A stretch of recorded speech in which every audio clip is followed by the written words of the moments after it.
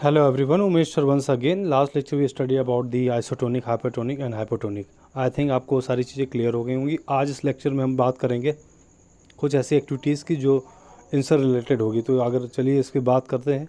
तो अब हमें क्या करना है, हम एक ऑस्मोसिस प्रोसेस के बारे में सीखने जा रहे हैं। सबसे पहले क्या करिए, इसके लिए आपको क्या करना है, ऑस्मोसिस एक स्पेशल केस है ऑफ डिफ्यूज़न का, ठीक है, जिसमें एसपीएम या सिलेक्टिवली परमेएबल मेम्ब्रेन होती है। नाउ लेट्स ट्राई करते हैं एक एक्टिविटी यहाँ से करते हैं। याद रखिएगा ऑस्मोसिस स्पेशल केस है जो किसके द्वारा होता है, एसपीएम यानी सिलेक्टिवली परमेएबल मेम्ब्रेन। अब एक एक्टिविटी के थ्रू इसको समझते हैं।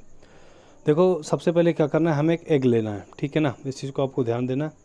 और उसके बाद क्या करना है, उसका ऊपर का लेयर है वो शेल हटा देना है और उस एग को आपको रखना है किस पे, डाइल्यूट हाइड्रोक्लोरिक एसिड में, ठीक है।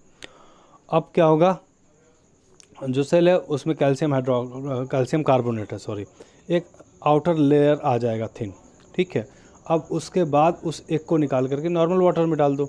आप देखोगे कि वो स्वेल होगा, यानी कि जो वाटर का कंसंट्रेशन है वो हायर है और एक का लोअर है, तो हायर से लोअर की ओर जाएगा, वाटर का डिफ्यूज़न होगा और एक जो है वो स्वेल हो जाएगा।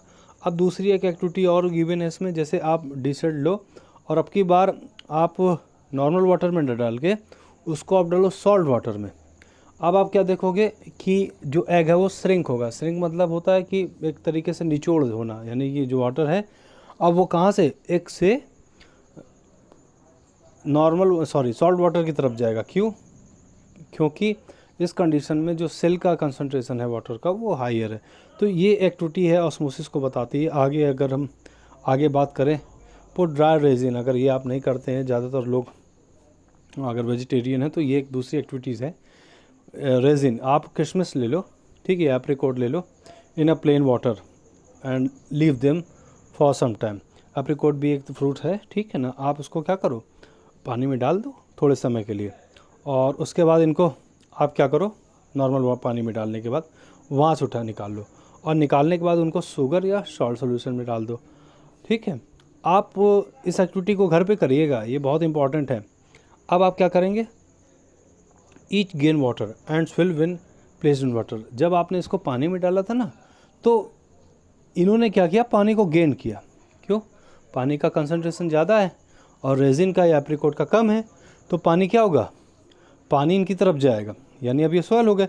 अब जैसे ही आपने इनको डाला कहाँ पे, शुगर सोल्यूशन पे या सॉल्ट सोल्यूशन पे, तो आपने ऑब्जर्व किया कि अब ये श्रिंक हो गए। क्यों? क्योंकि अब जो भी इनके अंदर पानी था ना उसका कंसंट्रेशन ज़्यादा है और वो आपका सोल्यूशन की तरफ चला गया। अच्छा, एक बात में यहाँ पे क्वेश्चन आ सकता है कि सर कैसे कंसंट्रेशन ज़्यादा होगा, जैसे आपने शुगर डाल दिया तो अब शुगर सोल्यूशन का कंसंट्रेशन ज़्यादा होना चाहिए। तो बच्चे मेरी बात समझ लो, एक्चुअली हम यहाँ केवल वाटर की बात कर रहे हैं। जैसे वाटर में आपने शुगर डाला ना, यानी शुगर ने उस पानी की कंसंट्रेशन को कम कर दिया, या आपने उसमें सॉल्ट डाला तो सॉल्ट ने उस पानी की कंसंट्रेशन को कम कर दिया। कंसंट्रेशन क्या होता है, मतलब एक तरीके से अगर हम केवल प्योर वाटर की बात करें ना, उसकी कंसंट्रेशन ज़्यादा होगा और जैसे ही हम इस तरीके का कोई भी उसमें सॉल्वेंट डिज़ोल्व कर देंगे तो उसकी कंसंट्रेशन कम हो जाएगी। इस चीज़ को आप समझिएगा। आगे चलते हैं, यहाँ तक क्लियर हो गया। इसके बाद अगर मैं बात करूँ, यूनिसेलुलर फ्रेश वाटर ऑर्गेनिज्म है and most plant cell tend to gain water. जितने भी प्लांट सेल है ना वो सारे पानी को गेन करते हैं, ठीक है, थ्रू ऑस्मोसिस। किस प्रोसेस से? ऑस्मोसिस से। हम देखते हैं कि केवल रूट से ही प्लांट क्या है वो उसको वाटर मिलता है, नहीं, ऐसा नहीं है। वो इन्वायरमेंट में भी आसपास से भी वो पानी को ऑब्जर्व करता है। और इसके लिए एक बहुत बढ़िया एक्सपेरिमेंट है, क्लास 8th में या 7th में है।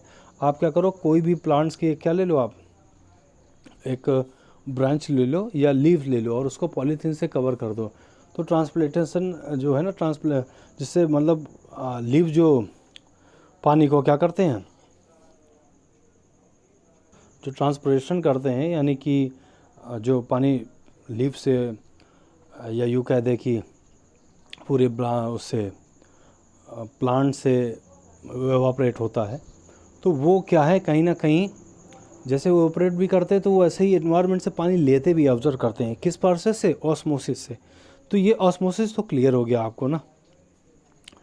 Different molecules move in the in and out of the cells, ये ऑलरेडी मैंने बता दिया आपको किस तरीके से मूव्स होते। अब plasma membrane is flexible and is made up with organic molecules. Already जो हम लोग पढ़ रहे हैं ये प्लाज्मा मेम्ब्रेन का ही पार्ट है। तो कैसे होते हैं इसके मॉलिक्यूल्स? तो ऑर्गेनिक होते हैं और इनको लिपिड्स बोलते हैं या प्रोटीन्स बोलते हैं, ये दो अलग अलग हैं, ठीक है ना। We can observe the structure of plasma membrane only through an electron microscope. आप बच्चे ऐसे नहीं देख सकते इसे, ठीक है, इसके लिए आपको स्पेशल माइक्रोस्कोप नीड होगा, क्योंकि नेकेड आई से आप इनको नहीं देख सकते। The flexibility of cell membrane also enable the cell to engulf in food and other materials from the external environment. Such processes are known as endocytosis. Amoeba acquire its food through such process. हाँ देखिए, ये जो sales होती हैं इनमें flexibility होती है, ये फूड को ऑब्जर्व करने के लिए या फूड को एक्सक्रेट करने के लिए पूरी तरीके से रोल प्ले करती हैं। और इस प्रोसेस को सेल के थ्रू, इस प्रोसेस को जो फूड को एक्सेप्ट करना होता है ना, ठीक है, एक्सटर्नल एनवायरनमेंट से, इसको बोलते हैं एंडोसाइटोसिस। एंडोसाइटोसिस किस में पाया जाता है? अमीबा में। अमीबा एक ऐसा ऑर्गेनिज्म है जिसमें आप कह सकते हो कि जिसका शेप्स भी नहीं फिक्स है और ये बड़ा फ्लेक्सिबल होता है। आप करें find out about electron microscope from the resource in school library और through the internet, discuss it with your teacher. तो हमने आपको बता दिया था, जो लोग क्लास अटेंड कर रहे थे मेरे से 8th में, इलेक्ट्रॉन माइक्रोस्कोप के बारे में। अब इसके बारे में और बात करेंगे ना, क्योंकि हमारा जो भी माइक्रोस्कोप है वो बेसिक रूप से है और इसमें अब तो बहुत एडवांस सिस्टम आ गए हैं, तो उनका एक वीडियो इसके साथ मैं अटैच कर दूंगा, तो आप प्लीज़ वहाँ से देख लीजिएगा। उसके बाद कोई भी डाउट हो आपका तो आप मेरे से डिस्कस करना। अच्छा, अब यहाँ से कुछ चीज़ें और हैं, जैसे how do substance like CO2 and water move in out of the cell discuss करना है। Why is plasma membrane called the selectively permeable membrane. तो दोनों क्वेश्चंस हमने अब तक के लेक्चर में जो पढ़ा है उसमें है। आप कोशिश करिएगा इसको अपने वर्ड में लिखने की और उसके बाद मुझे सेंड करिएगा, और जो भी कहीं डाउट होगा तो उसको मैं क्लियर करूँगा। लेकिन आप करिएगा, सिस्टम एक समझ लीजिए कि ये मेम्ब्रेन है और इसका काम क्या होता है, जैसे सेल का काम क्या है मैंने आपको पहले बता दिया है कि इन और आउट करना सब्सटेंस को, ठीक है। डिफ्यूज़न अलग अलग है, उनसे ये कनेक्टेड है, इसको आपको बनाना है। अब जो नेक्स्ट होगा ना, सेल के बाद जो मेम्ब्रेन के बाद बात आएगी सेल वॉल। जैसे कि नाम से क्लियर है, वॉल, वॉल मतलब होता है दीवार। दीवार मतलब क्या करती है, जैसे अपने घर की दीवार का काम क्या है, जो एक्सटर्नल इन्वायरमेंट है उसे प्रोटेक्ट करना, स्टॉर्म आ जाए या रेन आ जाए उससे बचाना। ऐसे ही सेल का जो वॉल होता है ना, ये सबसे ज़्यादा स्ट्रॉन्गेस्ट स्ट्रक्चर होता है। ये क्या करता है, एक्सटर्नल इन्वायरमेंट से बचाता है। जैसे आप स्किन का देखो, अपनी अगर स्किन की बात करो तो इसकी बियरिंग एबिलिटी बहुत है। जैसे धूप बहुत ज़्यादा होगी, एक्सट्रीम होगी, तब भी ये स्वेट आएगा और उसके बाद हमारी बॉडी कंट्रोल हो जाएगी, यानी एडजस्ट कर लेगी टेम्परेचर के अकॉर्डिंगली। अगर बच्चे विंटर बहुत ज़्यादा होगी तो हम लोग कुछ वूलन क्लॉथ डाल लेंगे तो हम लोग थोड़ा सा कंफर्ट हो सकते हैं। तो ये क्या है, ये हमारी जो स्किन है एपिडर्म, ये क्या हम क्या कर रहे हैं, एक तरीके का प्रोटेक्ट तो कर रही ना हमें बाहर के इन्वायरमेंट से, ठीक है। अब आप अर्थवर्म ले लो और अर्थवर्म को क्या करो, आप धूप में डाल दो, क्या होगा, वो मर जाएगा। क्यों? क्योंकि उसका जो स्किन है वो इतना ज़्यादा कैपेबल नहीं है कि इतनी ज़्यादा हीट को वो अब्जॉर्व कर सके।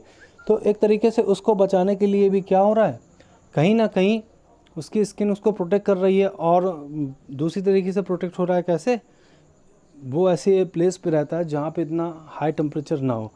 अब ये सेल वॉल इसी पे डिपेंड करता है। सेल वॉल का काम क्या है कि सेल को प्रोटेक्ट करना पूरी तरीके से। तो plant cell in addition to the plasma membrane have another rigid outer covering होता है, ठीक है, इसको सेल वॉल बोलते हैं।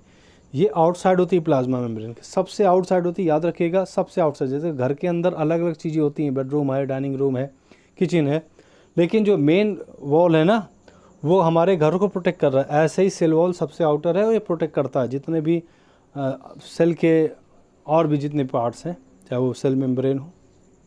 The plant cell wall is mainly compose of cellulose. किसकी बनती है, सेलुलोज की बनती है। Cellulose is a complex substance है जो प्रोवाइड किया जाता है, इसको स्ट्रेंथ देता है, ठीक है, मैंने अभी बताया, क्योंकि ये सबसे ज़्यादा हार्डेस्ट पार्ट है किसी सेल का, cell wall. When a living plant cell loses water through osmosis, there is a shrinkage out, contractions of the content of the cell away from the cell wall. This phenomenon is called plasmolysis. तो इसको आप देखेंगे, जब cell water को loose करती है ना तो कॉन्ट्रैक्शंस आता है सेल वॉल पे, और इस प्रोसेस को बोलते हैं हम लोग प्लाज्मोलाइसिस। अब we can observe this phenomenon by performing the following activity. एक एक्टिविटी गिवन है और इसके बाद हमने ऐसा करते हैं कि इस एक्टिविटी को बाद वाले में देखते हैं। अभी आपके लिए इतना काम आज हो गया कि हमने सेल वॉल को केवल पढ़ लिया। फिर से बता रहा हूँ, एक सबसे रिजिड स्ट्रक्चर देने के लिए यूज़ होता है। इससे पहले 2 क्वेश्चंस हैं और माइक्रोस्कोप के बारे में यहाँ तक की चीज़ें क्लियर करनी है